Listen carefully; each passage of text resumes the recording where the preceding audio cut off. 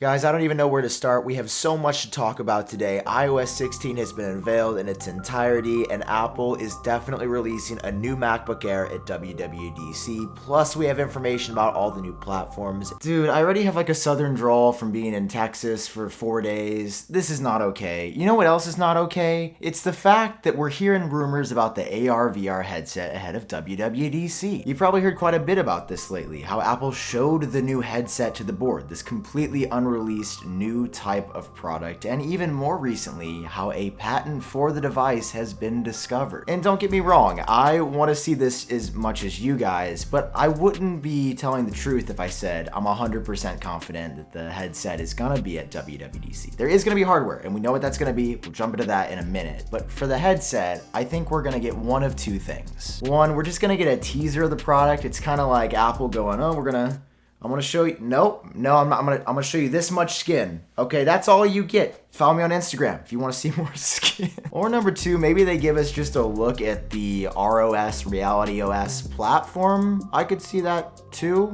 That would be cool. I'm just okay. Sorry, it's getting dark out. I gotta turn up my.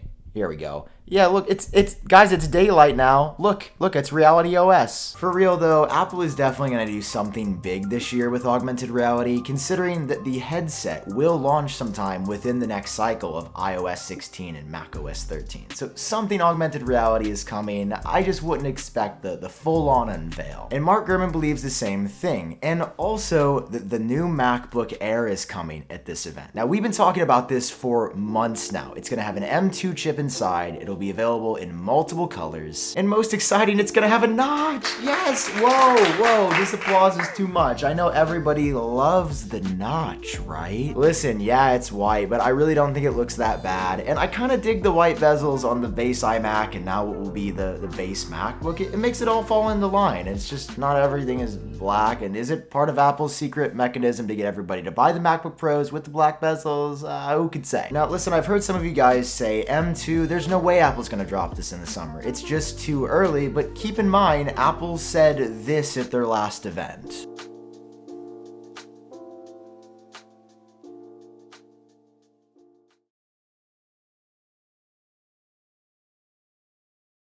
I mean, they literally confirmed there are no more M1 chips coming. So with M1 completely done, 3,000 million % confirmed by Apple, I mean, yeah, M2 is what's next. And debuting it in an all-new form factor MacBook Air that's even thinner and lighter that reinvents Apple's most popular MacBook, yeah, that just seems right. And even Mark Gurman says that apparently people at Apple are developing apps with the new MacBook more than they are using any other computer. So it just feels right. Okay, so hardware's super exciting because it's obviously new physical Apple products. I am gonna be at Apple Park that day. That is gonna be nuts to hopefully get to touch this. Oh, I'm so ready, man. So much banger content coming. If you guys haven't subscribed, obviously do it. I mean, just please. So let's turn our eyes to software, iOS 16, macOS 13, watchOS, tvOS, and more. Gurman has given us the latest details about what to expect, and let's start off with iOS 16. First up, there's going to be updates to notifications, iPad multitasking, and the messages and health apps. Now, this is pretty broad, but it follows up what we've heard in the past, like new women's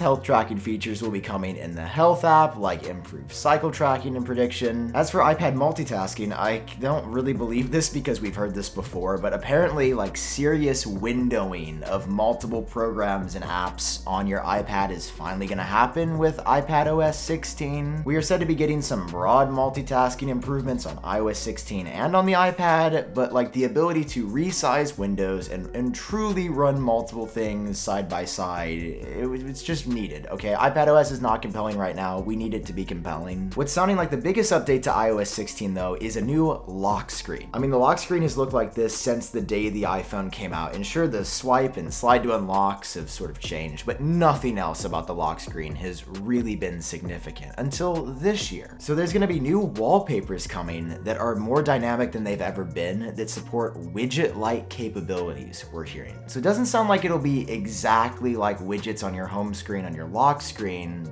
but an updated version tailored for like taking a quick glance at things. Which is sick because the current lock screen isn't really that useful. I mean, yeah, you look at notifications and use a flashlight and camera, but it can do so much more. Imagine if you could see the weather without even unlocking your phone. That'd be sick, right? And speaking of sick, for messages, we heard about these social networking features coming to iMessage last year and they never came to fruition. But this year, especially for voice messages, we're getting some upgrades. Apple has not really used iMessage as a social network, but they're said to be pushing a bit more into that this year, which makes so much sense because everybody with an iPhone in the US at least loves iMessage. It is the best. It's so good. So imagine if you could set a status and let people know what you were up to, or add more details like a bio, or even customize the way the messaging app looks more.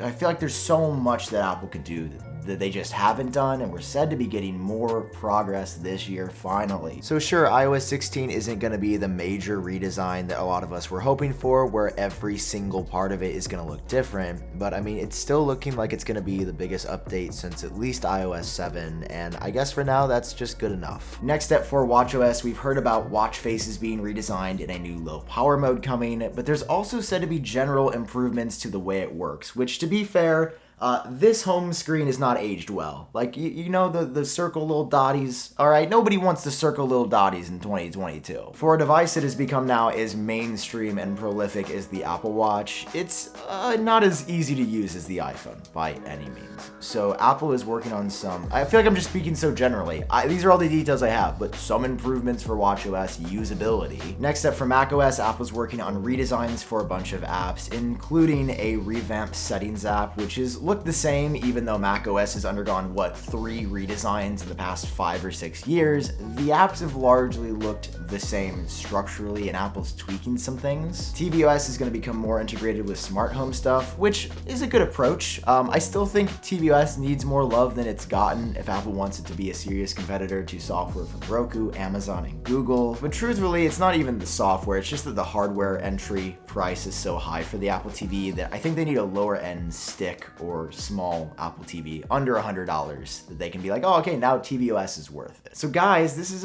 pretty hype, okay? I am very, very, very stoked for this WWDC. We have heard so much good news all the way around, all right? Just nothing really bad yet. I mean, everything sounds like Apple's been working away. They've been working on some good hardware and software, and it's almost here. So if you enjoyed this video, you learned something new, drop a like down below, hit subscribe for more. I have been Sam. I hope you're doing well, and thanks for watching me from Austin, Texas, signing out.